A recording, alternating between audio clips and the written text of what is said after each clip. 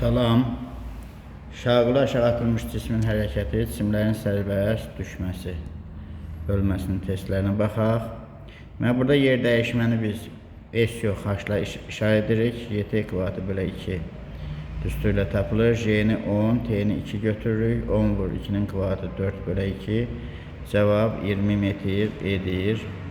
3 saniyədən sonraki sürəti V bərabər JT-dir. 10 vur 3 eləyir 30. Newtonun ikinci qanunu bilirik ki, F əvəzləyici bərabərdir MA-dır. MA. Burada əvəzləyici qüvvəmiz nədir? Cisim aşağı düşür. V sürəti ilə bəli cisim aşağı düşür. Aşağı düşəndə ağırlıq qüvvəsi həmişə aşağıdır. Hava müqavimət qüvvəsi isə hərəkətin əksinə olur. Burada əvəzləyicimiz nə olacaqdır? Əvəzləyicimiz mg çıxaq F müqavimətdir. Və mg çıxaq F müqavimət də nədir? MA-dır. Çünki əvəzləyici qüvvə MA-dır. Cavab D-dir. Yalnız ağırlıq qüvvəsinin təsiri istiqamətində hərəkət edən cisim sürətinin proyeksiyası hansı ifadə ilə təyin olunur? Bu V bərabərdir JT-dir. Ya V0 üstəgilər JT-dir. Sadəcə Y oxu şaqlı yuxarı yönəlmiş oxdur və Y oxu üzrə proyeksiya soruşulur. Y isə yəni bizim yer dəyişməmizin bildiyimiz kimi Y oxu üzrə proyeksiyası V0 Y-dir üstəgilər JT ekvatı bölə 2-dir. Başlanğıc koordinatlar üzərinə gəlirik. 6-cı sualda yenə yer dəyişmə H bərabərdir JT ekvatı bölə 2 edir.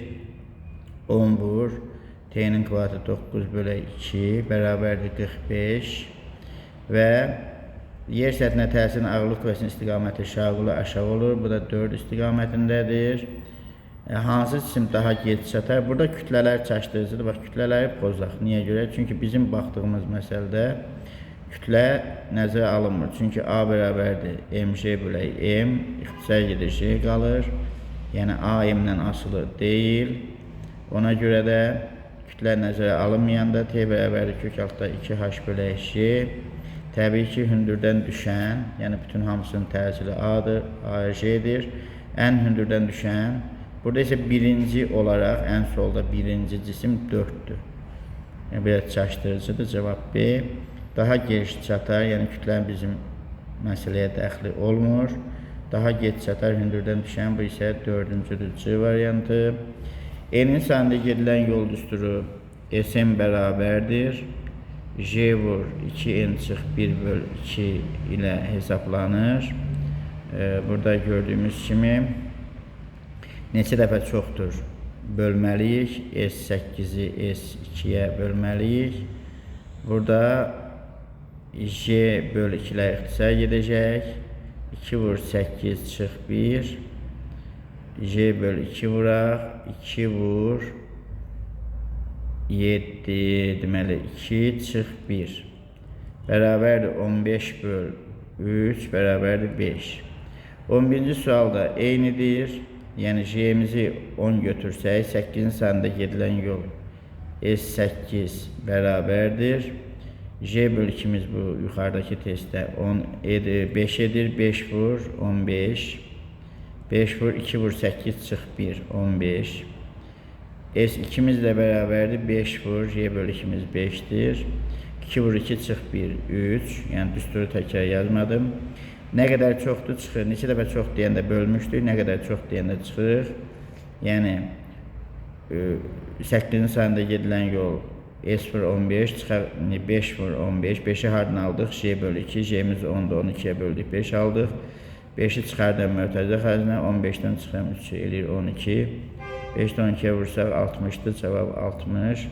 10-cu sualda neçə dəfə çox idi? 5 dəfə D-ni işarə edək.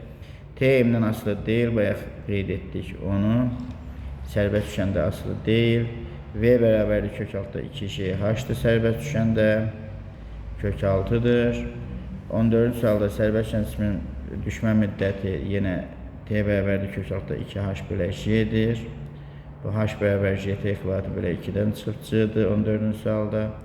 15-ci sualda V bərabərdir JT-dir. JT. Bu da E-dir. 16-cı sualda sərbəst düşən cismin yer dəyişməsi H bərabər JT ekvatı bölə 2. JT ekvatı bölə 2 qəbul edilir. Burada m və 4m'in dəxli yoxdur, 40'ın da dəxli yoxdur. Sadəcə 40 nə üçündür?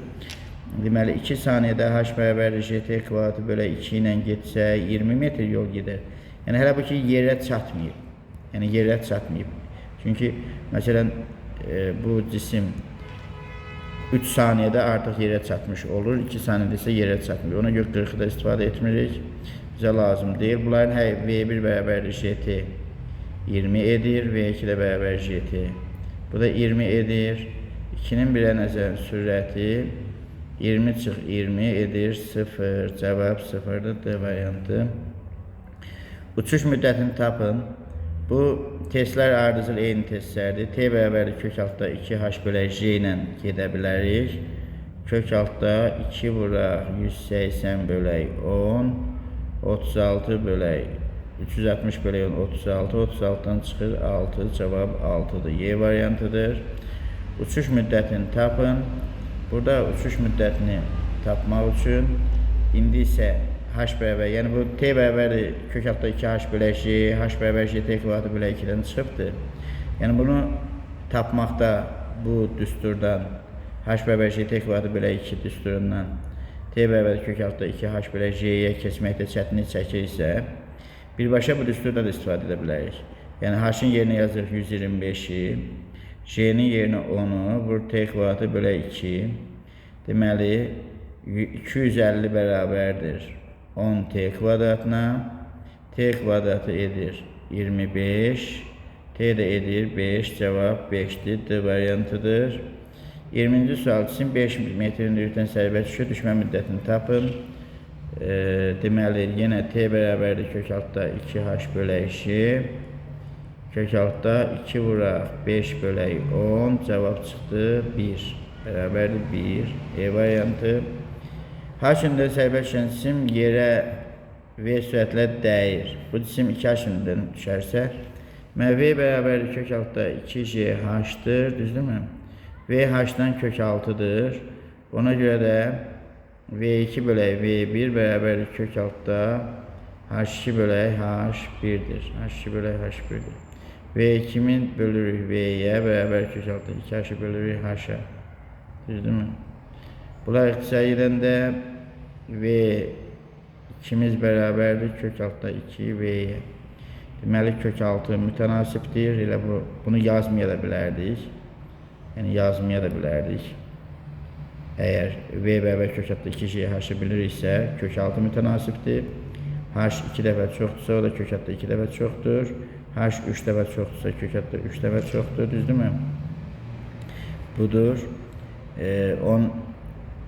23-cü sualda ipə bağlamış cisim müəyyən hündürlükdən şaqlı müstəvidə çevirirsə, fırlanan cismin A nöqtəsində ip qırılarsa, o düz yuxarı qalxacaq və yerə düşəcək. Cavab D-dir. Amma qalxıb düşməlidir. Burada qalxıb düşməlidir. D-ni götürək. 24-cü sualda burada yer səthi düz göstərilibsə, yerə çox kiçik məsafədədir və aşağı düşdükcə sürət artır, V2 böyükdür V1. Bəs A1 niyə A2'yə bərabərdir? Yəni A1 bərabərdir A2 bərabərdir J.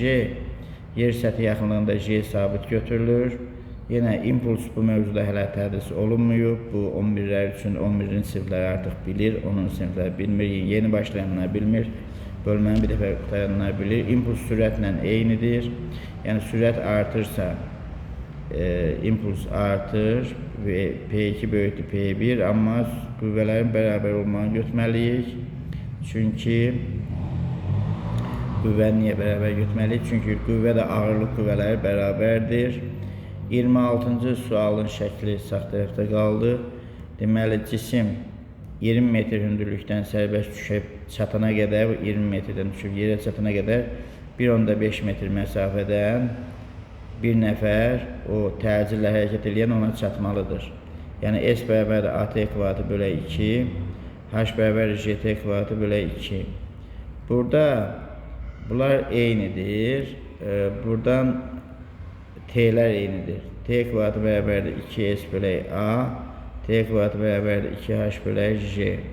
Və T'lər eyni olduğu üçün 2S bölək A bərabərdir 2H bölək J olduğu üçün Hər tərəfdə 2-yə bölsək, S bölək A bərabərdir H bölək J. S-imiz bölündə 5-dir.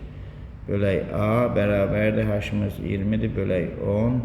Bunu həll etsək, A-mız 0,75 qalar. Cavab 0,75 metr bölü saniyə kvadratıdır. Və sim yer radiusuna bərabər hündürlükdən yerə doğru hərəkət edir. Necə hərəkətdir? Bilir ki, yer səthindən yer radiusu qədər hündürlükdə,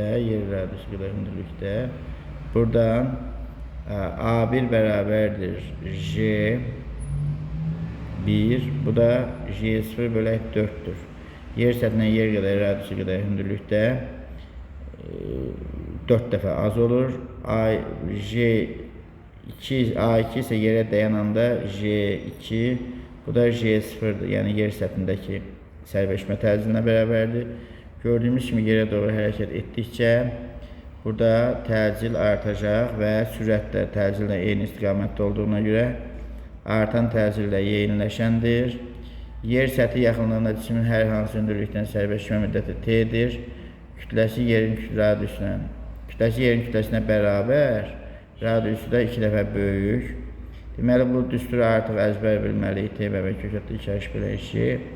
J'nin yerinə Jm bölək R kvadratını yazsaq, onda T bərabərdir kökəltdə 2H bölək Jm bölək R kvadratı. Bu yuxarı çıxacaq artıq. R bıraq kökəltdə 2H bölək Jm. Burada H da sabitdir. M də sabitdir. Yəni deyir ki, hər hansı hündürlükdən sərbəst düşür T müddətinə. Kütləsi yerin kütləsinə bərabər, çünki M sabitdir, radiusu 2 dəfə böyükdür. Eyni hündürlükdən fikir verir, eyni hündürlükdən nə qədər vaxtda düşər. Bir sözlə, biz burada T-ni R-lə düz mütənasib götürürük, düzdürmü? Təbii ki, 2 dəfə çoxdur. Və kütləsi yerin kütləsinə bərabər, radiusu 2 dəfə kiçikdirsə, bu da 2 dəfə az edir eyni düsturda. Yəni T bərabərdir R bıraq kökəltdə 2H bölək Jm. Yenə 30-cu sualda bizdə M-lər var. Biz M-i nəzərə almırıq. Bizim baxdığımız məsələlərdə M nəzərə alınmır. V bərabər kökəltdə 2JH. Ona görə V2 bölək V1 bərabər kökəltdə H2 bölək H1. H2 bölək H1, 4H bölək H bərabərdir 2-yə. Cavab 2-dir. Burada M-lər bizlikdir. Bu M-ləri həmən pozduq. Yəni bizim sürətimizdə V bərabərdir kökəltdə 2JH düsturunda M yoxdur. Ona görə də V2 bölək V1 bərabərdir kökəltdə H2 bölək H1 kökəltdə 9H bölək H bərabərdir 3-ə. Və bununla da mövzu bitdi. Diqqətinizə görə minnətdarım.